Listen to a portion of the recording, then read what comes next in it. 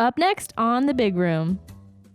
They're having this whole conversation, and we're looking out of a hangar bay door out onto the airfield.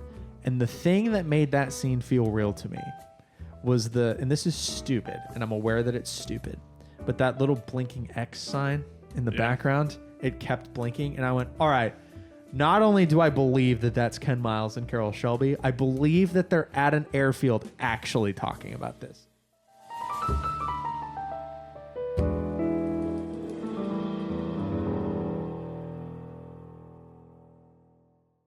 Welcome back to The Big Room. Once again, it's episode 80-something. Four sounds right. 4? Who cares? That's a lot of episodes. Again, it's just the third week of this month. It's actually, today is 9/11. And this is the 9/11 of podcasts. So it's the worst. It's bad. Bad podcast. That's all that means. That's all that means. It's gonna 2 towers, 1 podcast. Ah! Never forget. Man, we the amount of like historic events in our lives really kicked us off with 9/11, and then just it's been a downhill train of just a Olympic luge of shit. But for 30 years. It's been the case for like every generation, though. I don't know. Gen X kind of had it swanky. Cold War? The Cold War wasn't real. It was just like the people with cigars might nuke us. Like, I don't know. There was wars in Afghanistan in the 90s. That we won. Well, we had the Operation Iraqi Freedom, but we won that. Yeah. Liberated Kuwait. Yeah. It was like the last war we resolutely like shit on our enemy. Yeah. And we suck at it since. Yeah. But we keep spending that money. You got to spend money. There's going to be someone who like knows about history listening to this, and they will be driving their car deliberately into a tree. This is how we started the episode. 9/11, everyone. So we didn't do a theme this month because I couldn't be bothered because I got sick of them. We did so many themes, and they were all really loose and hilarious, like Sword Month that lasted 6 weeks. Sword Month. No theme. So we brought back the bucket from season 1 that's just kind of sat here, and we filled it with a movie each. Our first one was you. You made us watch The Devil Wears Prada. Did. No regrets. Carl made us watch Logan Lucky last week, which was a delightful surprise, being about NASCAR and West Virginia. And I picked this week, and I picked Ford versus Ferrari, which is a movie that your dad has been trying to get me to watch for half a decade. Good old Trey. And I haven't done it.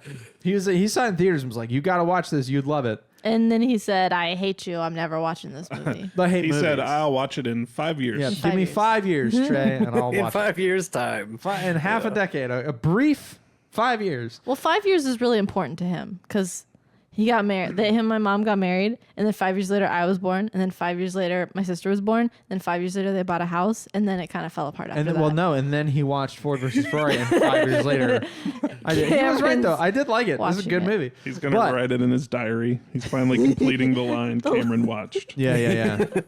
I can hear the question that's on the lips of the nation: why Ford versus Ferrari? Why did I pick it? I don't know. No, I do know. It's because I've been into cars again. Been watching car YouTube stuff. I bought a Miata. That was smart. Yeah, how's that going? It's broken. Moving on. So, back in NASCAR for the last couple of years. Yeah, the Miata's very broken. But covered in spiders. I killed a Black Widow that was on it. Oof. Yeah. She's not a widow anymore, so that's good for her. Yeah. But at least the key works. I replaced the ignition. That's a start. It just doesn't move. It's literally a start. Yeah, pun intended. Yeah, the steering wheel's not on it. Well, that's your next step. I got to wrap the steering wheel in leather because it's nasty. Whatever. So I wanted to watch this movie because I did. It's car related. There you go. It was well reviewed by my father-in-law. So a man of taste. I think I saw it I saw something like it came across. The YouTube TV will just like throw up a thing like, you want to watch this random crap? You want to watch Trolls? The musical, and you're like, what? And I think it did that with Ford versus Ferrari, and it went into my brain like, maybe I'll give that a little tickle of the eyes. Not an expression. Little tickle of the eyes. Well, I tickle. I'll wink to that. I like it. We'll tickle of the eyes. Let's put that on a hat. Tickle the eyes. Put that on a tricorn hat and sell it at thebigroom.com. A site Tickle that doesn't the exist. eyes, one on each side. Yep. Oh my my I God. saw a African American gentleman riding his bicycle while I was on my way to work, and he was wearing a tricorn hat. And I have been thinking about him for 5 days. I think I saw him on Pretty Friday. aerodynamic hat. Well, and he was just It cuts through the air. cruising down the sidewalk on his bicycle, and I almost crashed my car because I whipped my head going, was that guy in a tricorn hat? Like Paul Revere's do you driving a even- bicycle. Where do you get a tricorn hat? I don't think Lids has them. They don't. Where do I don't know. you get a tricorn? Maybe he's one of like Thomas Jefferson's many, many, many black descendants because he sexually assaulted a lot of his slaves. That and hat's been passed down. Yeah, he's still rocking the tricorn. Anyway, respect to that guy. I haven't stopped thinking about him. I hope he had a great day in his tricorn hat. Yep. What a revolutionary. Ha! Wow. Works from two different Wow. angles. So, Ford versus Ferrari is a film. Nick has some info about it because I couldn't be bothered. I do. This movie was released on August 30th, 2019. Right Wow. at 5 years ago. I had just turned 24 years old. It's true. The day before that. It had an insane budget of $97.6 million. I was going to guess 100 mil. And made $225 million in the box office. So not the biggest success of all time if you roughly double the production budget for No, marketing. but a pretty high budget. Yeah, so, if marketing was, say, 60 million, then Yeah. they made a little bit. That's pretty good for like a all right. for like a. For a car-based drama Car-based based on a drama race movie. from 50 years before they filmed it. Yeah. This movie was directed by James Mangold. Mangold. Hi, Mangold? James. Good movie. Who also directed Logan and some other movies that I had heard of but never seen. Nice. There you go. Yep. We like that. So we watched it last night. We did. And you had a question that made. Oh no! Before we get to that, the cast was full of so. I kind of wrote down in my notes that it was a star-studded cast, and then had to kind of walk that back because it's not full of Tom Cruises and Jason Momoas and the like, but it had a lot of guys I knew.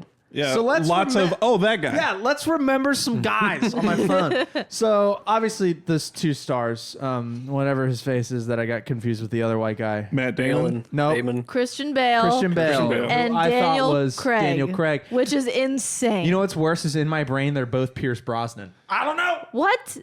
Well, he was James Bond. Daniel Craig's James Bond. And when I think of James Bond, for some reason, first I think Sean Connery, then I think Pierce Brosnan. And Daniel Craig's name is just not in the folder in my brain.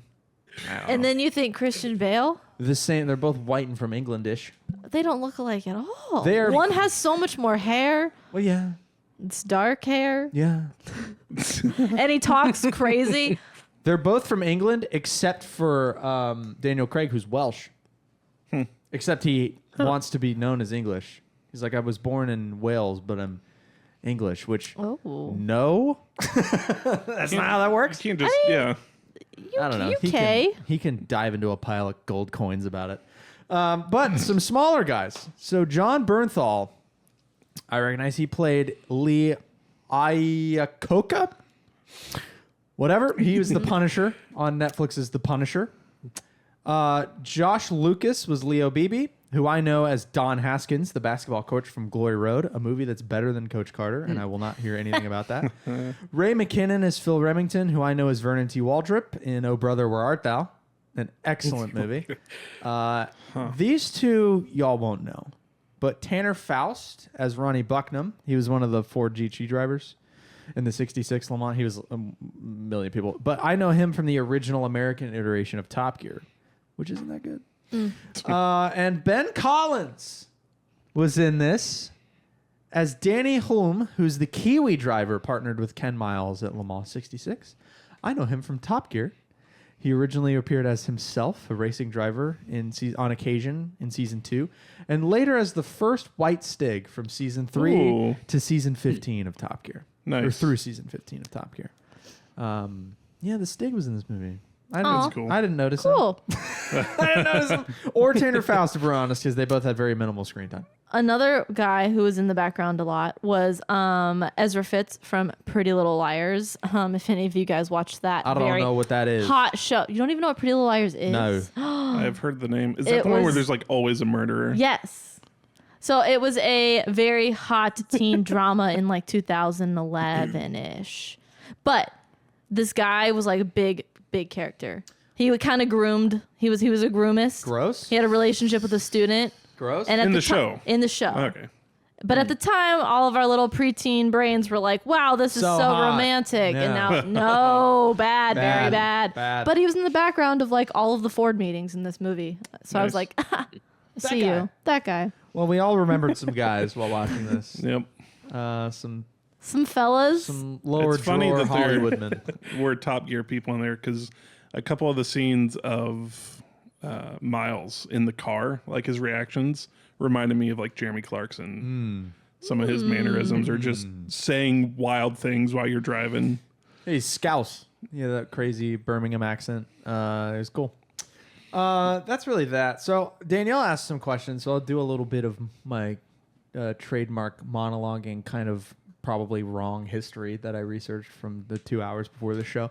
So you asked who Carol Shelby was, but first you mentioned that you actually knew a little bit about Carol Shelby. So can you start there and Well- then we'll go Wait. about? I She asked what his deal was last night, and then pre-show I mentioned that I looked up what his deal was for her, and she's like, "I know that Carol Shelby." So I assumed they were like pen pals or something. Did you like send him a flat Stanley in elementary school or something? I know Carol Shelby. I can't. Now I can't talk. No. So I had heard the name, and you said like that he's responsible for like the Shelby Mustangs Yeah. or whatever. So I knew about Shelby Mustangs because in the movie Gone in 60 Seconds, Nicolas Cage's character can't steal. He steals like 40 cars, but the one car he can't steal Is a Shelby is a Mustang? Shelby Shelby. Mustang. Huh. So like that's like the big like movie moment is like he finds the Shelby Mustang and he's like I'm gonna steal. I can't do it. Nicolas Cage is known for hoarsely Good whispering. attempt, though. I can't Wait, why do it. can't he steal it, or is that spoilers? It's I just might he, watch it. he always gets caught stealing the Shelby. So that's kind of like his too loud? downfall. I don't know. It's got the stripes. Angelina Jolie is also in this movie and some like white dreadlocks. It's great. Oh, Whoa. So I didn't. That was my only knowledge of. So I knew the name, but Oh, I that's didn't know cool. anything about. Did you not know the name until I him. went said Shelby Mustang? Did that make it click? Yes. Because there's also was like, like, I think Brian McLaren's his name, and you Yeah. were like, "Is that McLaren?" Yes, The McLaren. The McLaren. company's named after him. So okay, Carroll Shelby, right? Successful racing driver. Matt Damon plays him in the film. Successful racing driver. He won among many other things. The 1959 Le Mans with Englishman Roy Salvadori, and they were driving an Aston Martin DBR1. That is depicted at the beginning of the film when he's like smacking his helmet and he's having the heart thing. That's him winning the 1959 Le Mans. He did retire from racing in 1960 for health-related reasons. I had to do a lot of research in a short amount of time, so I don't know if it was heart-related, like in the film. I assume, like, why would they make that up? He turned to building cars. He started his company, Shelby American, famously produced the AC Cobra, based on the British AC Ace chassis. That's the blue car he's driving in the film.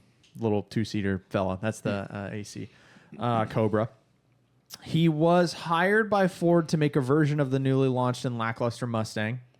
The Mustang launch was in the movie. Its lacklusterness was pointed out by Ken Miles. No idea how dramatized that is. So Ford knew it sucked. It kind of fell flat. Wasn't very performance related. So Ford went to Shelby and went, "Will you please make us a racing version of this so we're not made fun of anymore?" And that became the Shelby Mustang GT350. There have been versions of Shelby Mustangs ever since. He didn't work exclusively with Ford. He later worked with Dodge at the request of Lee Iacocca, previously from Ford. He was in charge of Dodge at the time. Same guy that guy hired Shelby to tart up the Mustang. He was a performance consultant on the original Dodge Viper in the 1990s. The dog is ruining the soundboard. Please stand by. Okay, she figured it out. Hey, Everything's there's fine. wires and shit. Poor Elvie. Being a dog. Can you not be a dog for an hour?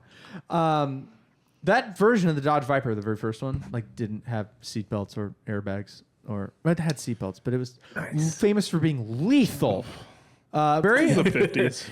They No, didn't know this any was the better. 90s. The Oh. Dodge Vipers from the 1990s. They knew a little more. They knew a little more. There's a They knew better. statistic: 30% of Dodge Viper RT10s were crashed on the way home from the dealership Holy crap. by people with Wow. more money than driving skill. It's like I the would, guy at the beginning of the movie at the mechanic shop driving Yeah. off in his car and Yeah, but the opposite. Stuttering. He wasn't driving it hard enough right. to clear the carbs and whatnot. So I would always play a Viper on Need for Speed Hot Pursuit Yeah. 2. Ooh.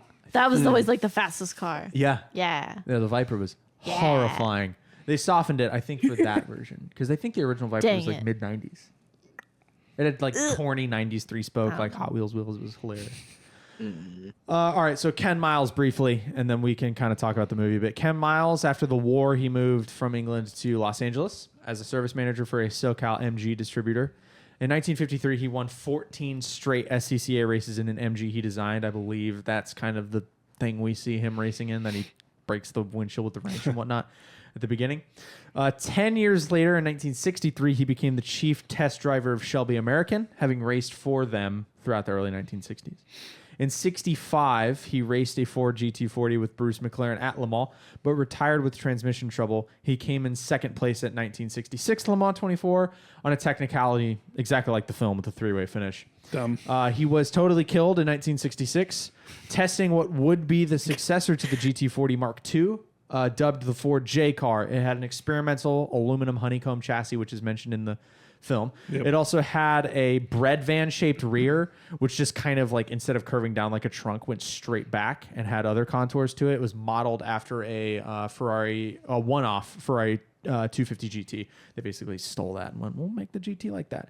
The design was aerodynamically untested and did not feature a roll cage. And the aerodynamic instability is what some have attributed to the crash. So the car flipped over at 200 miles an hour, exploded, and broke into pieces. There's a reason in the movie at the end why the Ken Miles crash happens like way in the background of the shot while we focus on the sun and Shelby's reaction to it and stuff. And that's because he was ejected from the car. Ugh, So it broke apart, flung him, and he was killed. that's brutal. You don't want to show that on camera. Nope. So I didn't really see it coming because I felt like the music was really hopeful at that point in the well, movie. they had no music for the first bit, and I actually started writing down, "Ooh, no music for this scene is great." And then they added music in and had him. So you doing knew all his- this before too. Yeah, a bit. I didn't know all of this, but I knew loosely. There have been like Top Gear and Grand Tour segments on the Ford GT at Le Mans, so I knew a bit about it from that. I knew who Cara Shelby was. I knew that he was like a performance car, like tuner and what, like tuner before we had tuners, and I knew very little bit about Ken Miles, just that he died in '66. So we can get on to the film at this point. Which seems like it probably was pretty realistic for the most part. What I've read briefly, and I don't Or remember true to history. This is based on a book that is fairly well researched. I don't remember okay. what the book is called. And curiously, this movie is actually called Le Mans 66 in European markets.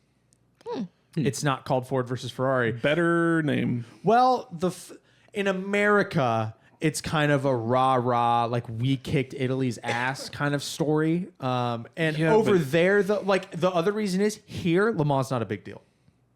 yeah, most True. people wouldn't know what that is. I mean, yeah, I didn't know what it was till. But you know I what watched this movie. Ferrari is. Like we know what the Rolex 24 is. The race at Daytona. I learned about that today, and now I want tickets. Tyler has gone multiple times. That's crazy.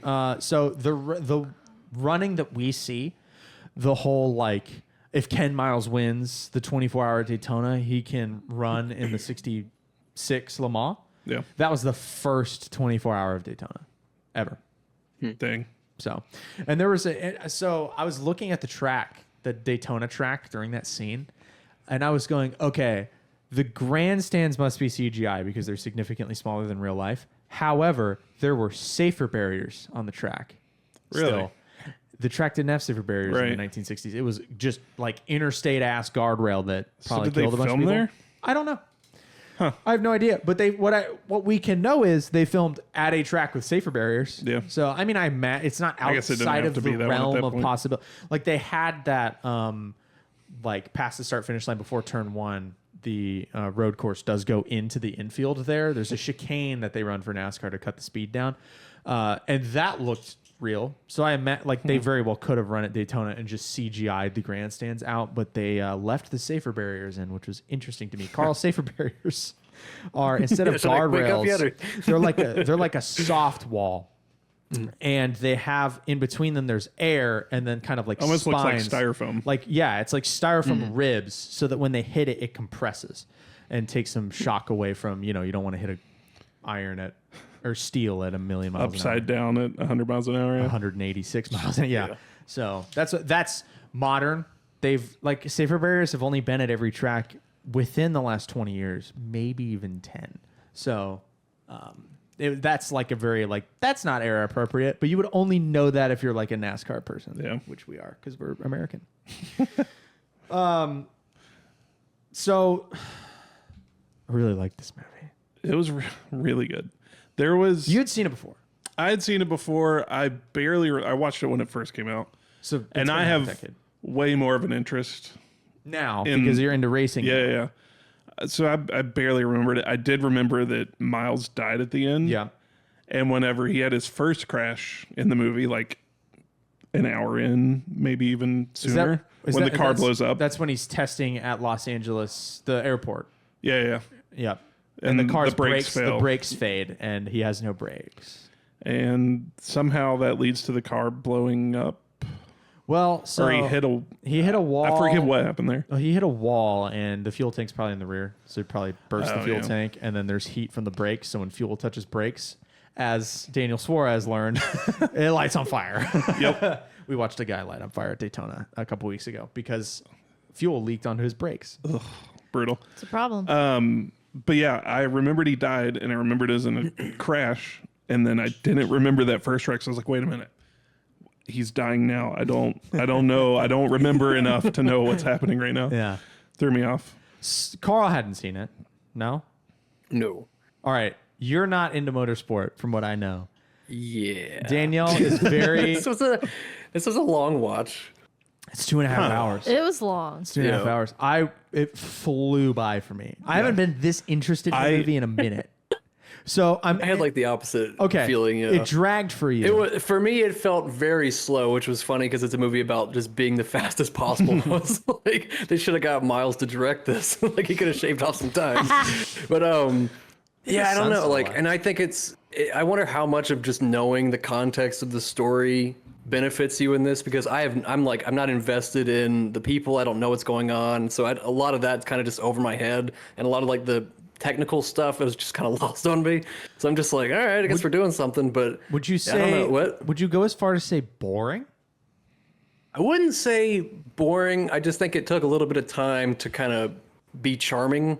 Okay. And like it didn't have as much of a flavor. Like Moneyball was what I kept comparing it to, which I feel like is another Interesting, kind of 'cause you're not I'm into not baseball. very into baseball either, but I like Moneyball a lot, and I couldn't quite like pinpoint why this one didn't grip me the same way. And I don't know if it was just because it was kind of a slow build up. Like, it really feels like the pacing is like really slow for like the first 30 minutes before, like when he gets in the airplane and starts flying, I'm like, okay, now we're kind of doing some fun stuff. But even then, it's still kind of like lulls here and there. Yeah. So I don't know. Like, and the corporate bullshit always pisses me off because I have course, to deal well, with it's some shit supposed like to. that too. So I was just like, ah. So I was just like frustrated, and I didn't have like any investment in like the car culture side of it. So I was just like, all right, let's win this race. I wonder and then to before- not win, Yeah. like after all that, it's like, man. Before we get to you, I know you have your hand up patiently for class.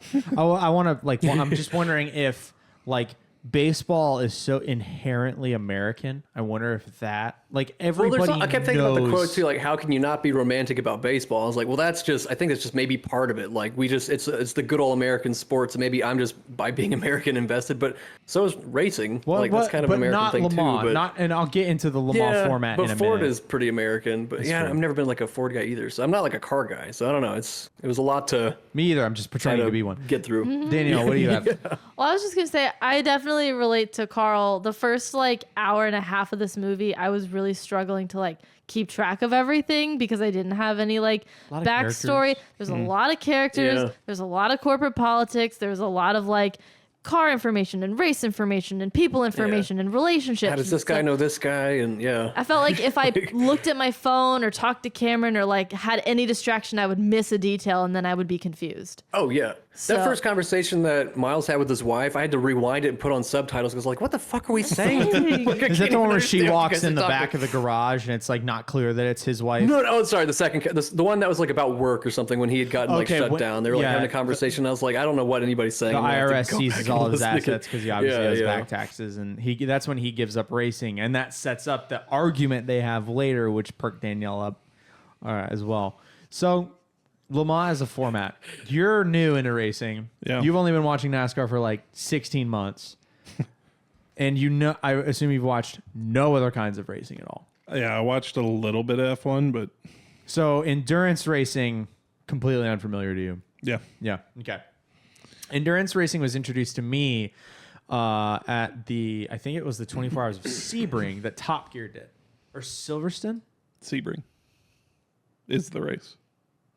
No, there's 24-hour races over. I think Sebring's in California and Silverstone's in the UK, so it must be Silverstone. Doesn't matter. There's a 24-hour endurance race that Top Gear takes place in with a diesel BMW 3 Series. That was the first I had really understood, and they do other kinds of endurance racing is like really big in England and in Europe.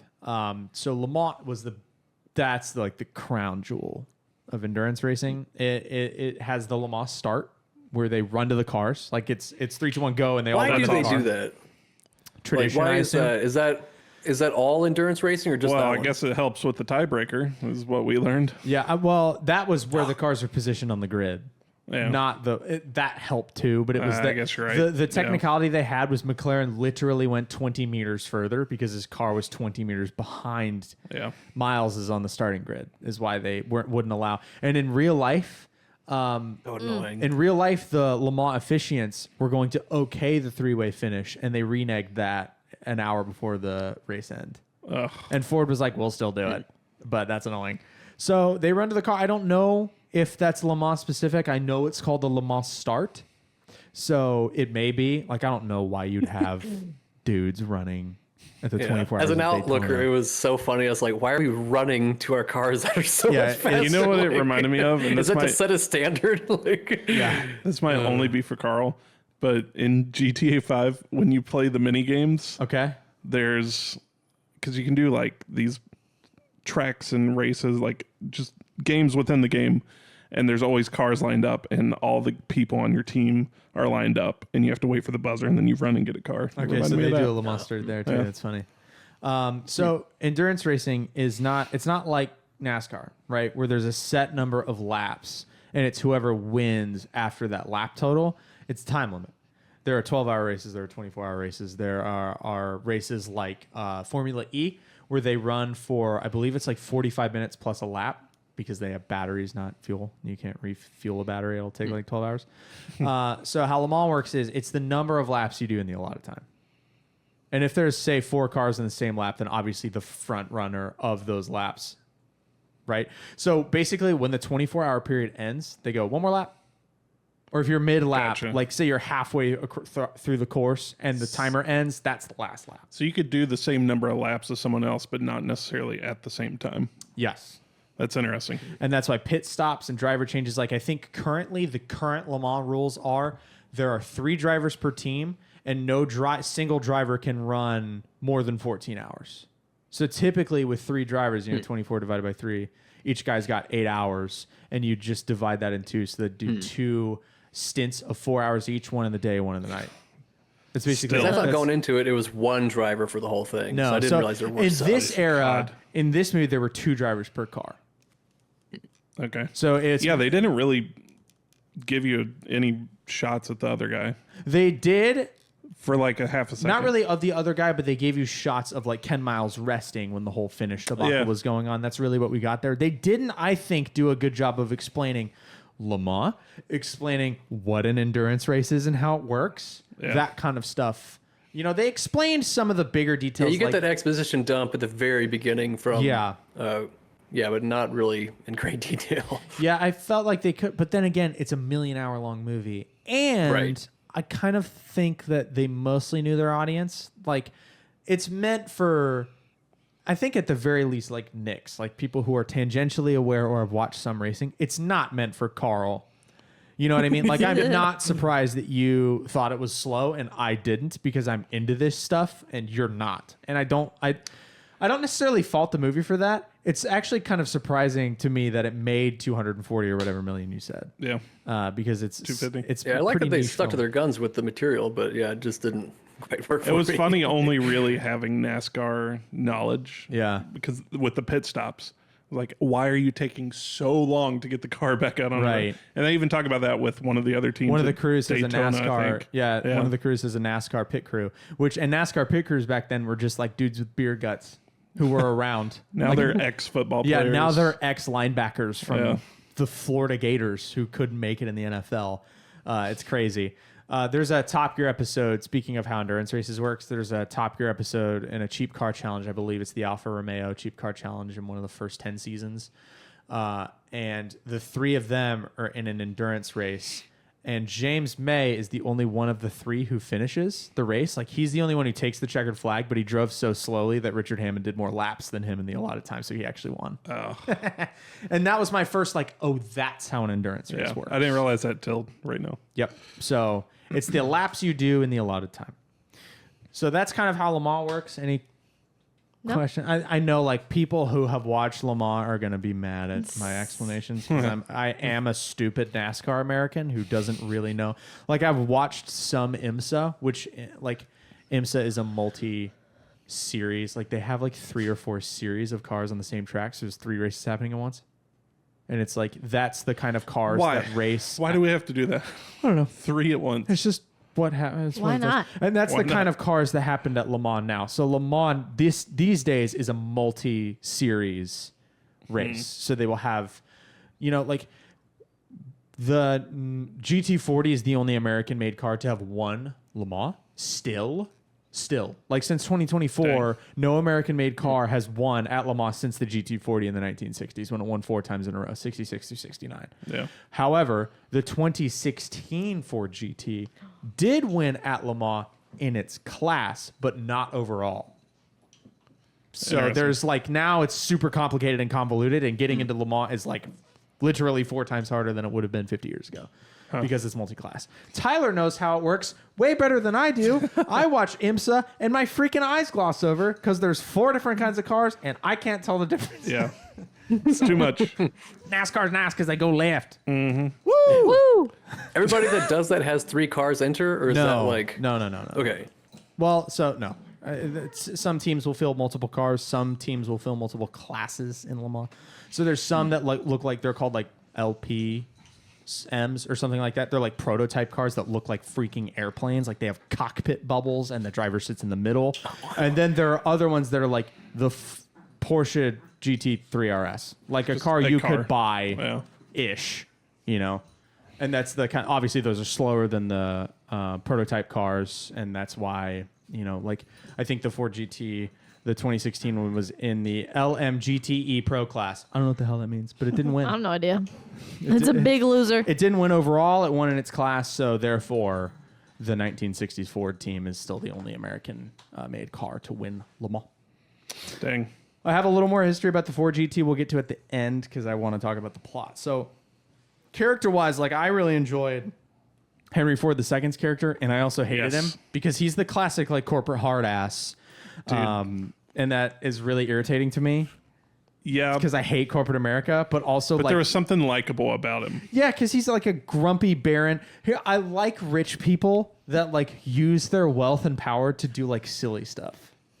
And entering to win Le Mans and beat Ferrari because you're, like, grumpy that's silly. Yeah. I like that. Now What about like going to the bottom of the ocean, or like yeah. In fact, we should send more billionaires down to the Titanic in Diet Coke cans that get crushed. It works out well. Elon Musk, you won't. I have a historical clarification for the Ferrari purchase. So in real life, there's that happened. Ferrari was bankrupt, and they had won Le Mans, I think at that point, 4 or 5 times in a row.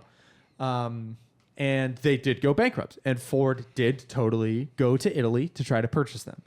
The reason the deal fell apart, I think, is actually, like, way easier to understand in real life than in the movie. Because in the movie, I didn't follow the Enzo movie. Ferrari basically, like, so Ford's proposition is, We buy Ferrari, and it becomes Ford Ferrari, and we own a 90% stake in the car manufacturing business. We also partner for racing, and that becomes Ferrari Ford Racing. You put the name with the pedigree in front, and Ferrari maintains 90% of the racing team. However, it would still be owned by the Ford umbrella, so Ford gets the decision making. So Enzo basically said, if I want to run X race in the movie, he said, if I want to run X race, would Ford be able to say no? And the Ford guy's like, yeah. And that's why the deal falls through and they eventually get sold to Fiat, who owns Ferrari for a number of years. I don't remember who owns Ferrari currently. Like Ferrari owned Maserati at one point. It's been crazy. Ferrari's been sold many times. In real life, that similar thing happened. So there was a racing question, but the racing question actually was focused on the Indianapolis 500. Ferrari went, I want to run in the Indy 500 if we partner. And Ford said no, because we run in the Indy 500 and we don't need competition with one of our own brands. And then Enzo pulled out. So it was around a specific race. I don't know why you omit that. I don't know if there were like licensing problems with the Indy 500. I don't know. I don't know. Having to throw like another race into the mix. Right. Would that have confused people? Yeah, I think it would have made it from easier. the actual main race. Yeah, because like, you know, Ferrari obviously ran open wheel racing in Formula One at the time. IndyCar is America's like version of Formula One still to this day. I think they're running ovals soon on the schedule, which I need to watch. So yeah, it was all around open wheel racing. That whole racing dispute was a little more than just, would you say no to a race? It was Ford doesn't want Ferrari running in the Indy 500 and Enzo wanted to. So I guess we just really needed the motivation, not a complex background. right, because then you have Just to want him to be explain- grumpy so he can do a silly Yeah. thing. Yeah. Revenge. One of the other things I noticed about also Henry IV's nickname is the Deuce. Is freaking I immediately went, do I know a second? So I could start calling them the Deuce. Danielle's grandpa's a second, but he's not. You look at him and you don't go, that's not. He's the not a Deuce. deuce, No, he's no. just John. David's a third. We could call him Trey. The the Tray. tricycle. Yeah. The The Tray. Trays. Tricycle. The Trays. That's Tricorn why hat. that's why my dad's Trey, because he's the third. Yep. His name's John. that's His right. name's John. He's John the third, but he's Trey. He's Trey. I thought his name was Trey. A lot of people do. I did until I not. was like too old to have learned that. Old John William the third. Oh, man. Just call him Bill. Nope. Ew, no, he's not a Bill. My dad goes by his middle name though. His name's not Brian. It's Michael. But he looks like a Brian. He does. He doesn't look like a Michael. Anyways, Another thing I noticed about Henry Ford II, though, is that he's often drinking, as everybody back then and also today does. But two liquors specifically in every scene with him drinking: Really? Smirnoff vodka and Tanqueray gin. Did you notice that, Carl? The green Tanqueray I gin? did not. Oh, I'm sorry. I noticed the vodka, but I yeah, the didn't notice the vodka gin. appeared many times, but the Tanqueray gin, the green Tanqueray gin bottle with the red wax seal just under the neck, is iconic to me, and I've never had it. I've never bought it What's just wrong because. with you? Well, I like my Empress gin because it turns pink when you put tonic in it. That's pretty fun. It's You get to look at it and go, "Ooh, poison," and drink it. It's great. Ooh, poison. I love gin. oh gosh. So I noticed that. I have a scene I want to talk about in a minute. I really loved the off the track scenes of them building the car and figuring out how, like, figuring it out by just driving it. And Because, like, in my yeah. head, it's always like, well, and they even talk about this in the movie, like, it's not just math calculations and like understanding the science behind it. He's driving it and feeling it. Like the line where he's like, bring out the scotch and the yarn. Like they're just the scotch tape and the yarn, and they make like taping a yarn to it so they can see. What part of the body is making the front lift. Yeah. Which is really bad. And that happens with wedge-shaped cars. It also happens with all cars, but especially wedge-shaped, and especially when you're going over like 180 miles an hour. Because what else is shaped like a wedge? Airplane wings. So when you're getting fast enough and you don't design the car, so you have to design a car in a way that it seems counterintuitive, but you want the body to actually push the car onto the ground. Not so much that it slows it down with undue positive aerodynamic pressure, but not enough to where more air is getting underneath the car than over top of it. And what happens is the nose of the car, because these cars were probably mid or rear engined, the engine was not in the front. So you have no weight over the nose, which means that when it gets light and the front starts lifting, what happens? You can't steer. And that's bad. That was the problem, is they didn't have enough. That's why they kept saying the front's going light. To me, that makes sense as someone who's like knows about cars, but like that's a problem when you can't steer, you guys. So that's why they pulled out the yarn and whatever. I really liked how it reminded me of going back to NASCAR. Everyone that is like our 3 British listeners, like, stop talking about NASCAR in it. And no, because it's what we know. Tuesday. Yeah. Bit of a whiffle. Bottle. It reminds me when like a crew chief is asking a driver, how's the car? And they're going, it's loose, it's tight. You know, and that kind of deal is kind of what Ken Miles is doing. He's getting in the car and turning it into like racing driver terms. Here's what I'm feeling. I've got no steering because the front's lifting, stuff like that. I'm losing brakes and I'm going to be killed. That kind of deal reminded me of that. And then what really drove the importance of Ken Miles home to me was after he had passed, there's the scene where they're still developing the Ford GTs. They're perfecting the J model to make the Mark III that ends up winning in 67, 68, and 69. And they have other test drivers. And one of the test drivers comes out of the car and is asked by, I don't remember if it's BB or whoever, how it feels, and Shelby gets pissed off and he's like, you can't freaking know anything about the car. It's only been an hour. You have no idea how the car feels yet. And that's like, oh, he's used to like the Mozart of car racing, and now he's just got some guy and he's not perfect. You know what I mean?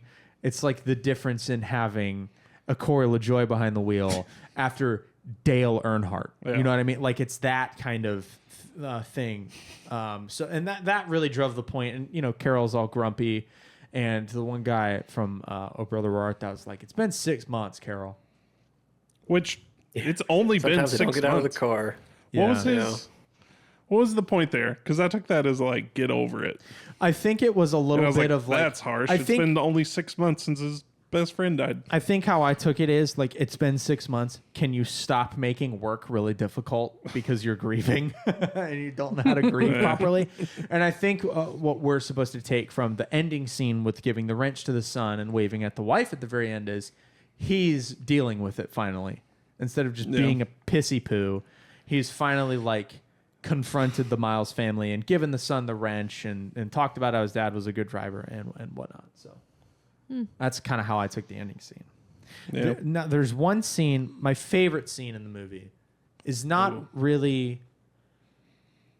I feel bad about talking about this scene because part of the show is none of us know what the hell we're talking about anything. Especially not about things like framing and cinematography. Which is a word that we say and don't know what it means at all. But I'm going to talk about framing and cinematography. So there's a part of the movie. It's the scene where it's post Shelby, or not Shelby. It's post Ken Miles crashing the prototype on the LA airfield.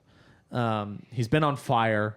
His son's talked about being on fire. It's okay. Yeah. It's good once you get out. That kind of deal. Which I thought we were going to have a false flag with him getting out once they hammered the door closed at Le Mans in 66. I was like, oh, he might not be able to get out. Maybe that's how he dies. That's what I thought the same thing. So they're talking about the problem with like the Ford suits. And I think it was BB getting hold of the Ford GT deal. When BB gets handed over to it from Mr. Ford, and it's before they put Ford in the car and like make him weep because he wishes Henry Ford the first could, or his dad rather, could see it. And Shelby's high-risk plan to take care of it, which was locking BB in the office and taking Deuce in the car. Which I have a problem with that. I hope that's true because it was awesome. That's the scene from the movie I had seen. Now they're talking about all this, and they're left and the right of the frame, and they're bending over a table, and the camera's positioned between them, so we're kind of on their profiles, right? They're having this whole conversation, and we're looking out of a hangar bay door out onto the airfield, and the thing that made that scene feel real to me was and this is stupid, and I'm aware that it's stupid, but that little blinking X sign in the background, it kept blinking, and I went, all right, not only do I believe that that's Ken Miles and Carol Shelby, I believe that they're at an airfield actually talking about this. Yeah. And that little sign blinking, maybe it's like my ADD, like needing things to look at, but I was able to like look on the black background and see that was blinking. And it like just satisfied my brain to a degree that I can't really quantify.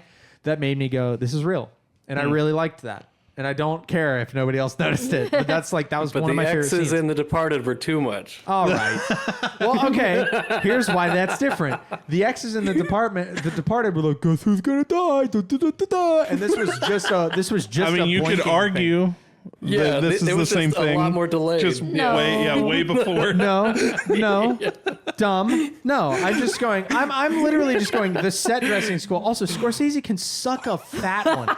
That never has there been a more overrated director in modern cinema history. Fight me on that. And I don't even know what I'm talking about, but I know that when I watch a Scorsese movie, oh my god, they're so boring. Scorsese is like, it's like. I feel like people that put him on a plinth are the people that go, actually, Longhorn makes a pretty good steak. Like, fuck you. No, they don't. I can make it better when I'm home. I'm pretty sure that statement has come out of my mouth before. Yeah. And you don't know what you're talking about. You know what? Longhorn steak's pretty good. No, it's not. No, it's not. Every steak I've ever ruined at home has been better than a Longhorn steak. And you also said that you can make a better burger than Five Guys. And no, you can't. I'd bet my house on that. I can. I can definitely make one cheaper. Well, yes. Have you ever like cooked burgers before? Yes, I've made burgers. I don't believe him. Okay. No. I don't believe him. Whatever. Yeah, that's not a strong defense there. He's never made a burger. So, if we can go back to Le Mans, right? So there's after that scene, or that kind of scene, I think is all kind of around, or it's right before. Can't really remember because we're in that hangar quite a few times. Before Ken Miles is told, like, "Hey, you're not going to Le Mans '64." And he's like pissed off about it.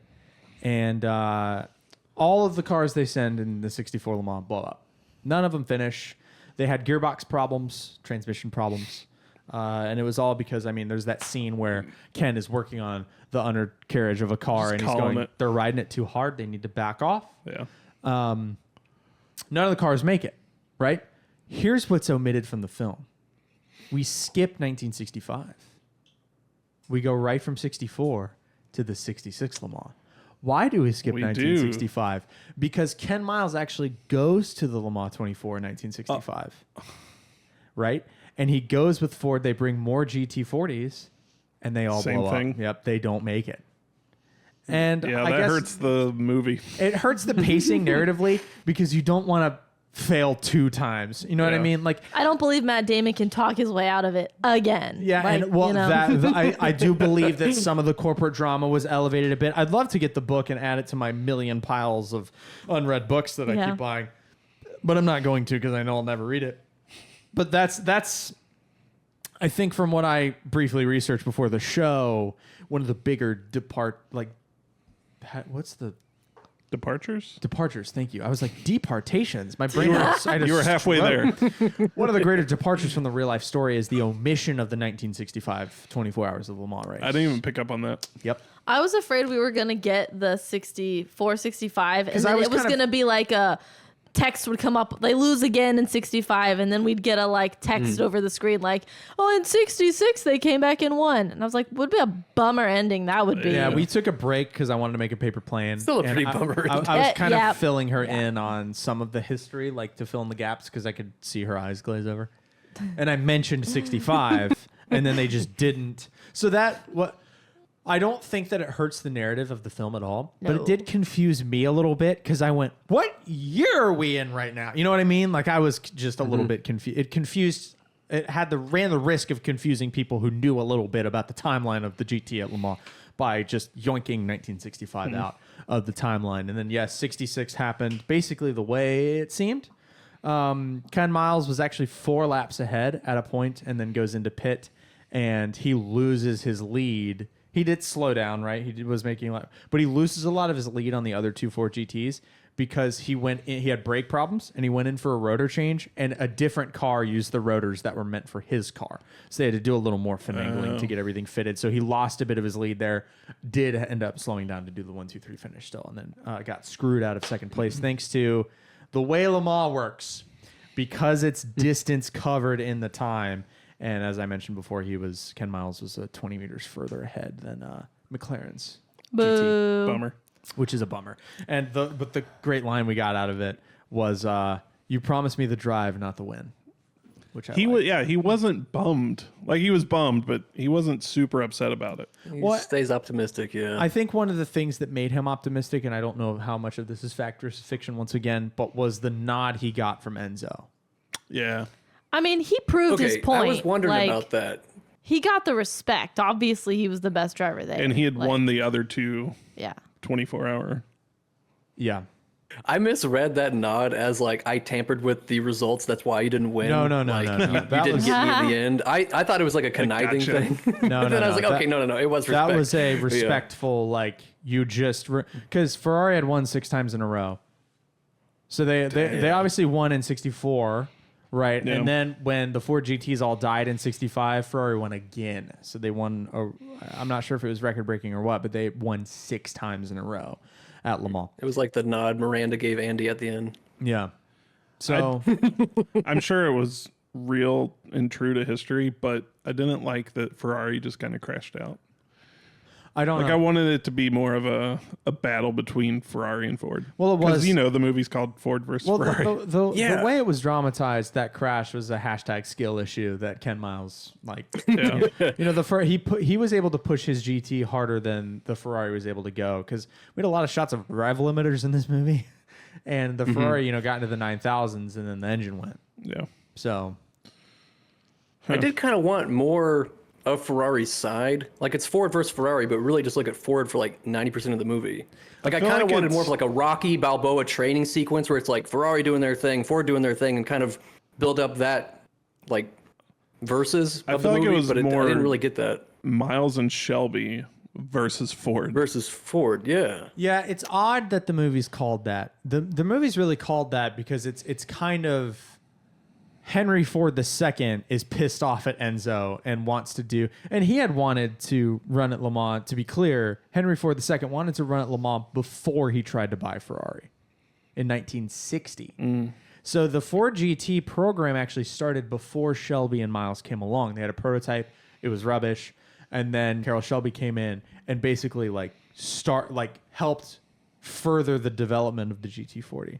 So many things are obviously convenienced for narrative's sake and trumped up for narrative's sake. But I think that the Ferrari story is really like, I don't know how you do that. Rocky Balboa versus, the Russian, whatever his name is, in whatever Rocky movie that is, without making the movie longer and more confusing. I think all you're supposed to take from that as a viewer is Ferrari done been dominating this. Yeah. And they're on home turf. I mean, Le Mans in France, but all the same, they're on European soil. It ain't an American sport. NASCAR is. We have NASCAR and IndyCar. And it's like trying to beat the freaking Patriots. And then along comes Eli Manning with Carroll Shelby and Ken Miles. He's losing me. They finally take down the Patriot Empire. Yeah. So the Mannings, man. Peyton and Eli both beat Tom Brady. Suck it. Good. And who did Peyton Manning never beat? The Florida Gators. Peyton Manning never beat the Gators. Go Gators. That's what I know. We suck right now. So I think I have one more thing. No, that was the thing I wanted to talk I've got about. a question for you, Cameron, when you're ready. I'm ready Well, right okay, now. so you've mentioned before that you almost always prefer a documentary to a dramatization. Uh-huh. But you seem to have really liked this movie. Do you think you would prefer a documentary, or do you think the dramatization did it for you in a way I've that seen satisfied everything? Not documentaries, and I'm interested to watch one, but I've seen pieces on. I mentioned earlier on Top Gear about the GT40 and Le Mans. So I've kind of scratched that itch. They don't go very deep because it's 15-minute segment of an hour show. But it's interesting enough to me to there's parts of motorsport as an American that I get to look on and not fully understand because I'm not into it. Like Formula One to me is foreign. I don't get it. Yeah. There's so much money in it. Open wheel racing isn't as appealing to me because I grew up with NASCAR where there's beating and banging. And when you have open wheels, you do that and people fly up in basically a fighter jet without wings and they're killed. Yeah. So it's different. The format's different. Like in F1, you have 10 overtakes and wow, what an exciting race. You get that in a lap. And NASCAR, it's just different. And it's one of the things that is different about it is it's like the Kentucky Derby of racing. Like what we do to horses with like the pedigree and stuff is what they do to cars. You know what I mean? They mention actually you get a hint of that when Ford goes and visits Scuderia Ferrari, and they talk about how each engine is assembled by a guy. You know what I mean? Handcrafted, yeah. And there are versions of cars over like there, like kind of what we would call coach built, like cars that are handmade. Like if you took a Ferrari, like 350 GT or whatever those Ferraris were racing, they were racing in that era. If you took like, let's say the front right quarter panel off of one, it would not bolt on to another one because they're hand hammered, like they're handmade cars. And that's why Ferrari was kind of doing the to Ford for churning out more cars than Ferrari makes a year in a day, because he goes, well, you make basically shit boxes. Yeah. And I'm over here making art for the elite. And that is European motorsport.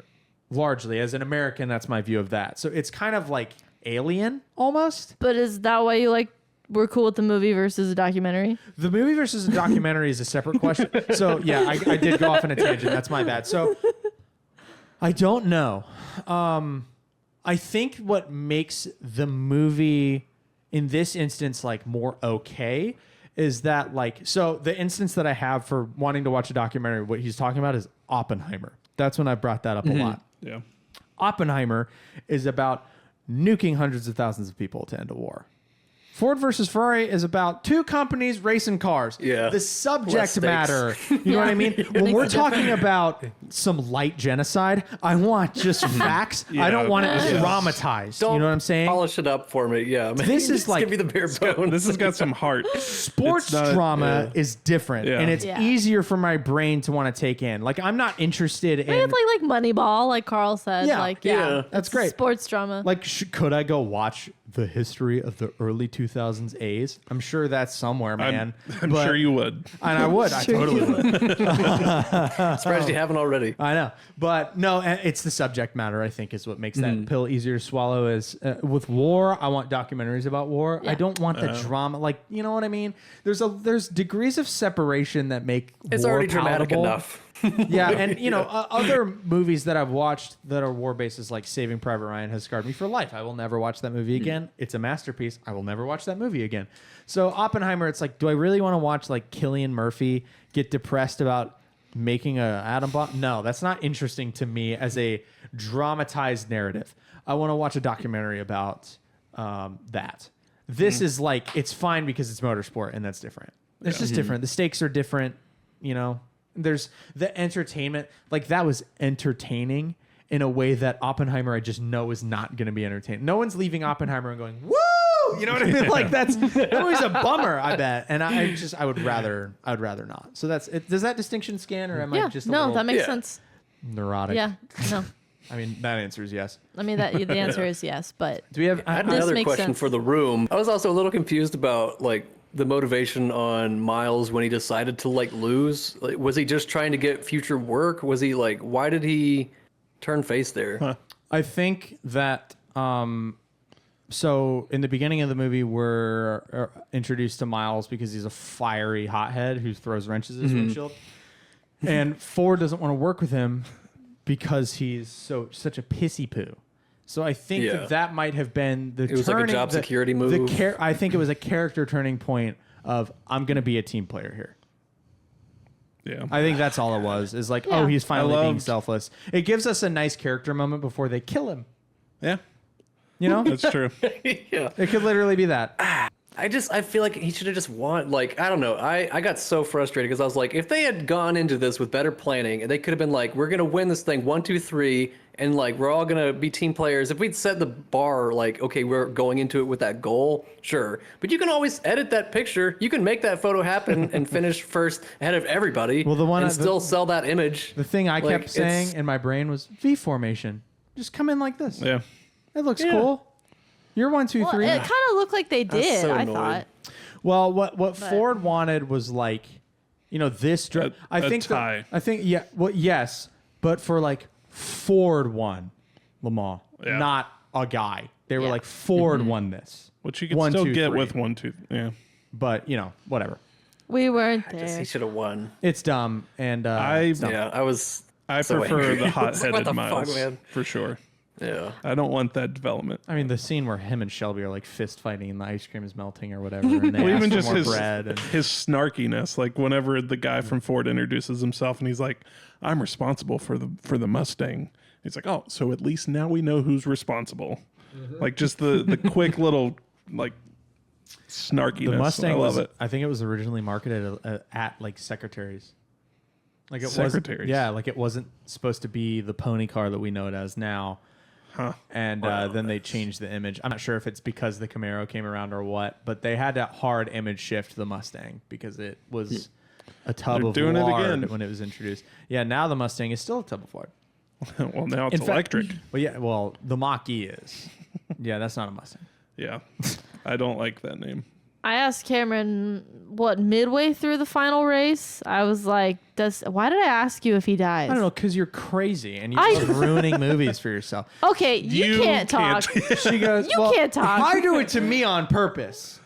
So I She think asks, does he die? no, I think his 40 minutes before he dies. And I'm like, don't ask that. I think And I even s- by saying that, it's an answer. Hey, let her talk, man. I think his brakes started getting hot again. I think that's why I asked that question before they because did the they brake started change. showing the brakes getting all red again, and I was like, wait a minute, does he die? And yeah, as soon as he said, don't ask me that, I was like, Which that's on No. me. I should have said no. you should have said no. Should have Well, lied and said no. I still didn't know when it was gonna happen. I kind of assumed I didn't know. Like I thought he'd finish the race because I don't know, that's those what he's roads are been. pretty slick. Anything could happen. I mean, it was raining, and then he just kept pushing it so hard. So I was like, maybe this is it. But that's a really bummer way to like build up this character. Yeah. How do you feel So- about the death? Me? Well, everybody. Sorry, go ahead. You can start. Oh, I don't know. I mean, it's hard to feel a certain way because that's historically what happened. So it's like, I don't know. It's sad. I hate it when parents die and then we have to see the kids and the wife, and I'm just like, well, his dad's gone. Yeah. I mean, it bummed me out. The kids what got me Yeah. about it. Like I didn't He's feel so young. feel a certain way about Miles dying, but yeah, his kid having to watch it, which happened in real life. Yeah, Yeah. the wild, like him being all happy and excited, like it's looking good, and then The thumbs up right before he took off the last lap. it's just sad. I didn't want to see it on screen. Like, I don't You think kind it of needed didn't. to be. I think it could have just been black text or white text on black screen. Like, it could have just been Like like, at the but he end never of, got to 2 race months again. later, Yeah, it yeah. could have just American been like, Graffiti. we didn't need to see him sell out for a job and then die and never get to race again and never get to win. Like, it could have just ended with that and him being like, yeah, I developed as a character, and then cut to black and do the text. Like, At least it's one of the and that would have saved maybe 10 or 15 minutes. died doing what he loved before he got too old to do it. Yeah. It's kind of nice Like, though. And I thought, as far as an on-screen death goes, I liked that they took the care to do it. Like It was in the done distance. well. I thought it was done well. debatably respectfully. Yeah. I thought it was a respectful handling of what was a pretty gruesome I agree. end because I mean Yeah. he got thrown from the damn thing. I'm glad they didn't like show Ken Miles ragdolling on the Like, ground. No, I mean It's now a that rated R wasn't the movie. vibe of the movie at all. Like No, it so- was that Like, they felt sh- very out of place. They showed him croaking, and they showed the impact that had on Shelby and on the son. And I was like, that was well done. And it didn't like tear my heart out and stomp on it, which is nice. Yeah. No. We got to grieve a little bit through Carol being pissy poo, like we talked about earlier, which was cool. So I thought it was handled quite well. The text that we got that they were saving for us, hey, this car won 4 more years, or won 4 years in a row, which is cool. So Yeah, but I don't care about the car. I care about the people. Yeah. speaking of the car, I like the cars. I'm going to talk about the car a little bit. So in 2004, they built another one. They built the Ford GT. They didn't have the rights to the name GT40 anymore. It's hilarious. So Ford built the GT from 2004 to 2006. Jeremy Clarkson had one. You mentioned Jeremy Clarkson earlier.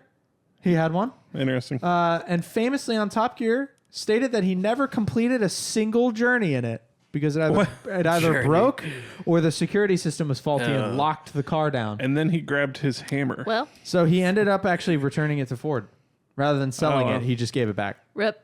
So it's very hilarious. How on earth do they lose the rights? It was something like another company was building GT40s in the 1980s, like after the GT40 had been around, and they had the name, like Ford, I think something like they let the trademark expire, and that company snapped it up and kept building the cars. And then they demanded some insane price And for the it's not naming worth rights, it. and Ford was like, it's the GT then.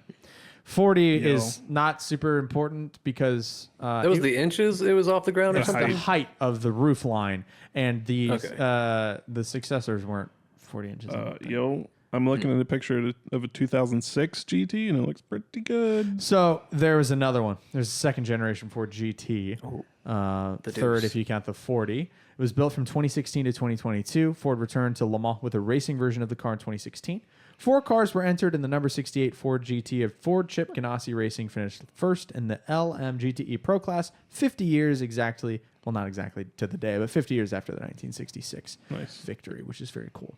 So they won a couple more times, but again, not overall. It won in its class, and it raced in IMSA, and Still it was has pretty cool. Raced at the Daytona, the Rolex 24 at Daytona. I might have to go to that. Yeah, so it's Do cool. it. Cool beans. That's all I really want to say about the cars. Just want to mention the other 2 generations, since they were kind of neat. I think the latter one, the 2016 to 2022, was a twin turbocharged like EcoBoost V6. I don't even think it was like a monster engine like the other ones did, because now Ford loves to turbocharge V6s, and that's what everybody does. So we're going to watch another movie now. Oh, 20 questions. Oh, hot points. No hot 20 points. questions. Wait.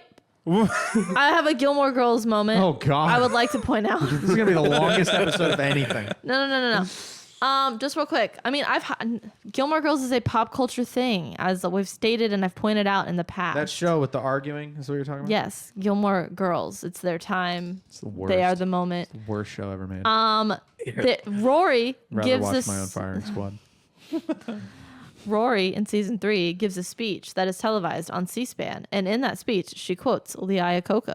So then when there was like, I know it's a historical person, but when the movie mentioned Lee Iacocca, I was like, I know who that is There you because of Gilmore Girls. Chief engineer on the Mustang. Thanks, Gilmore Girls. Thanks, Gilmore Girls. That's all I'd like to say. Thank you. It's a shame that Lee Iacocca gets the bit of a dick, isn't he, after the failed Ferrari acquisition and disappears. Yeah. Because he was unceremoniously fired from Ford at one point and then joined Dodge. And, Carol Shelby brought him on for the Viper. So Whoop. now it's 20 questions. Now let's get the hell out of here. Yeah, no hot 20 points. I don't know. questions. I wasn't feeling the hot vibes this movie. So You did mention that you had never heard... Christian Bale's accent was wild. Bale speak. I have never heard him speak like that, like in an British. extended It worked. period of time. Yeah, he's British. It would work. Wait. That's, you know what? That makes sense. Wait, you Because I was like, didn't know? this is believable. Oh boy. That's not his British accent, Yeah. but he is British. I didn't realize that. I've never listened to him talk outside of a movie. Same. I think I said his accent was Cockney earlier. It's Brummy. It's a Brummy accent. I thought you meant just in the movie. No. Dang. Well, yeah, that accent is what he's using in the movie, but no, he's English. He started talking. I was just like, whoa. I mean, Yeah. you heard him talk in lot. interviews. Not like a lot. I haven't gone down a Christian Bale's not a British Yeah. man rabbit hole I've gone down. Yeah, gotcha. And in his Batman interviews, he stayed with an American accent He too. did do that. Oh. He did do Yeah. that. That's what I should have It might said have as been my too reason. jarring. He's American in American Psycho as well. He's got an American accent in. 'cause it's And Yeah. American Hustle. in American Hustle. Lots of American movies apparently for Christian Bale, the non-American. Not American. All right, 20 questions, and then we'll get out of here. I Give have a everybody back their movie. time. I have my fingers ready to Right. count. Oh, he's gonna need all of them. Is Maybe it a comedy? No. Before Okay. before 1990. Yes. This year or last year. Last year. Okay. Let me scroll. We watched it last year Yeah. on the show. Yeah. I didn't go over 20 questions, the rules, but they'll get it. Okay, not a comedy. Before 1990. Before 1990. We watched it Before last year. 1990. Mm. I want to make a guess immediately. What? Do it. It 2000, counts. 2001: A Space Odyssey. Nope. Okay. Ooh. I just know that Nick latched onto that. It's ending one of that my movie. favorite movies that we've watched. Absolute insanity. What? One of your favorite movies that we've watched? Nick likes being bored. Wow. Space Odyssey was trash. It's not Wow. trash. Yes, it is. It's not Wow. trash. It's trash. That's too Back hard. me up Trying to here. think of questions. But, Oh man. Yeah, that. Wow. Is the lead actor or actress still acting? No. Are they dead? Yes. Okay. Who's dead? Well, lots That wasn't a of people question. before That wasn't a 19 question. Who's dead? He has to tell us. Name all the dead people. Name dead people. Go. Before Was it well 1990 reviewed or well received by us? Not all of us. It was probably a split. 50-50.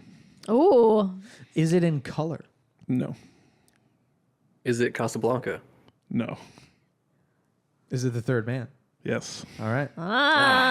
It's one of two. 10 questions. Yeah. Who didn't like The Third Man? Gone with the Wind was in black and white, wasn't it? I don't. And so was Seven Samurai. no. Seven Samurai. Was. Seven Samurai. Seven Samurai was. Who didn't like Third I Man? feel like I liked. I feel like feel like it someone was- was just bored with it. I feel like it was fine. I think I mostly liked it. Vigilante Policing is what we call that one. That's the movie that I thought was going to have way more Orson Welles in it, and he doesn't show up for like 2 hours. He's the third man. He is the third man. And then the sewage scenes are pretty, like you could put yakety sax over there. Well, and they use invert it, right? the Flip on same the scene x-axis. multiple times. Yeah, it's like the Yeah. dude's like climbing down that like sewer waterfall. Like they just flip that and use it. I feel like we saw that no less than 4 times. It's an Oh, gosh. insane movie. It's good though. It was good. It was good. Yeah, it's not like this. Still the best like black and white classic movies we watched last year. It's a toss up between 2 for me, and it's Seven Samurai and Casablanca. Casablanca is so freaking that. good. If you pay attention. Seven Samurai was also. I want to watch fantastic. Casablanca again. Now I that did. I do want to watch it again. You did? When did I you did. We watch should it do a again? retrospective for a few movies. Yeah. Oh, the for number sure. one movie we need to do a retrospective on is the original Roadhouse. I'd love to do that movie again. Our first ever episode that has the worst audio ever and Carl's best joke he's ever made. We shot a zoo. It's 10 I out of 10. peaked. Yeah. Came out the gate So swinging. one more. We have Uno Mas movie in One more. September. I've seen this movie like enough many times that times? I'm not excited to watch it again. But I'll Did we watch do it hit, again. or miss? Oh, we didn't do hit or miss. Actually, we should do hit or miss Okay. really quick. Hey, we, Okay. you know, I was like, did I blink and miss it? well, I had to rush to prepare for this show, so running the show has been secondary. Hit for me. I had a blast with this movie. Hit for Nick. Hit for me. I'll give it a hit. All right, Carl, bring us down. God. No, you I was can gonna bring us say a down. mid. No, Yeah, say It's it. already a certified banger. It's fine. It took a while for me to get into it, and I did get into it, and then they hit me with the 1-2 punch of him sacrificing a win and then dying, and I was just like, "What the fuck?" I think it's shot really well and everything, but yeah, mid for me. Didn't pique your interest in motorsport? A little bit, like watch that final race scene. I was like, God, this is really good. so- But it was the way it was shot, like being in the car with them or seeing like those angles. I don't know if like being in the stands would be the same, but maybe it's more of a visceral kind of thing when you're there. I wish know. Top Gear was more accessible because I would have a Top Gear episode for you to watch. Maybe next time you're down, remind me. We'll watch. Is it a Prime show? No, it's not on No. like anything. It's hard. It's Oh. hard. They've like pulled it off of. I have Maybe I can like seasons. buy the episode on YouTube or I have something? seasons purchased on YouTube. You could do that. But they only have like, oh, I forget. I think season 6 forward are purchasable, and it's in one of those seasons. So I might be able to get you. Okay. I'll Yeah, try to link dig me. it up I'll if I remember. watch it. It's very good. Yeah. What did I say? Oh, the movie. So I'm not gonna pull it. I mean, I can't pull it out of the bucket. Guess what it is? It's the last one in here. Oh my gosh. Surprise! So we're watching David Ward's Wet Dream. We're watching Life is a Highway. I'm gonna ride it all night long. We're gonna watch Cars, starring Owen Wilson. Wow. In the British version Wow. of Cars, set your VPNs to England land, and Lightning McQueen's agent in the English version is played by none other than Jeremy Clarkson. Nice. in this movie. Wow. Wow. So yeah, this was my pick. Because you've never And seen Why- Cars. for why? some reason. Going into this month, we just said Yes. movies we want to watch, and this has always been on my list. How have you never seen this movie? God. I don't know. I don't know. Disney Plus is I've- literally free. It's not. I can't be bothered to pay for that. Get a DVD or something. Like Go the to cheapest one. Go to the movies 17 years ago. Yeah. Yeah, I don't have a real reason. I just haven't seen it. But now's the time. There's NASCAR cameos. But you in it. haven't 31 seen A years Bug's old? Life either. Now's the And you time. could have recommended that one. Or Well, you could I have recommended have Toy Story. Anything else? Bugs I have Life's such a got- long list. It was just pick one of them. There's so many. Bugs Life has, I think, my favorite. kept with Pixar the racing short. theme. I've seen Seven Samurai, so I like the man playing chess with himself. The front of a Bugs good Life. one. that was It's very, great. very good. It's They don't probably- do those anymore, do they? I don't think so. Or do they? No. I haven't seen a Pixar movie in They 20 did an years, Inside so for I Inside don't Out know. too. which They I just started saw. doing the shorts Okay. separately. Like you can find them on Disney, like Boundin. Yeah, they and still stuff. make. Was shorts. Boundin the Monsters Inc. one? No, the snow. Nope, the Snow Globe was Finding There's a Nemo. Snow Globe one. That's Finding Nemo. That was Finding Nemo. I remember the power line. chess one, the birds. The Birds Yeah. was later. Mm. I think Monsters Inc. might have been Boundin. I don't. Why know. not I don't Monsters, know Inc.? what you're talking about. I've with seen Boundin'. Monsters Inc. Boundin's the jackalope that just has the Boundin is a song and he's boundin'. It's like a poem or something. I don't know. It's can't very- pull it out of my head. You've seen Monsters Inc. Yep. Okay, but not Cars. Not Cars. What stopped you from seeing Cars? I don't know. I don't have a But now, real reason. Now he's into NASCAR and he wants to Other watch than Cars. yeah, This has kind of turned into an unofficial like automobile car month. month. Yeah. I mean, We should have swapped 2 out of Devil Wears 4. Product like 3 Talladega out of Nights 4. or 3 out of something. 4. Talladega Nights, and then we swap. Logan Luck is kinda Lucky. racy. It is racy, actually. Yeah, I would rather Racing watch, month. Yeah, we, you know, I we guess almost did. racing month. We almost did this month as a sports month. We were going to watch Days of Thunder. Then we haven't done that. Maybe we should watch Days of Thunder. We started this whole year off with a kind of racing car movie with Smokey and true. the Bandit. Smoking the Bandit. Here we the are. Greatest Yeah. movie ever made. Racing year. It really is a good one. It's such a good movie.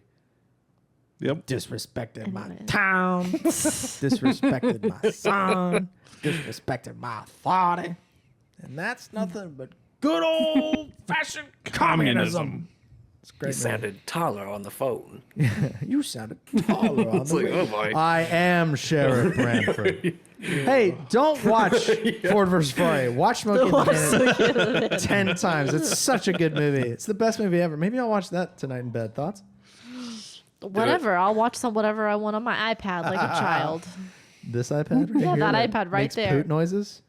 Saves me from football season and baseball season and NASCAR and boring documentaries about the war, boring documentaries about the Roman Empire, boring videos about cars. That me and that iPad Yeah. making it Gilmore through. Girls. Gilmore Girls. You're welcome. This was a David Ward iPad. Thanks, I bought it David. for you. I appreciate it.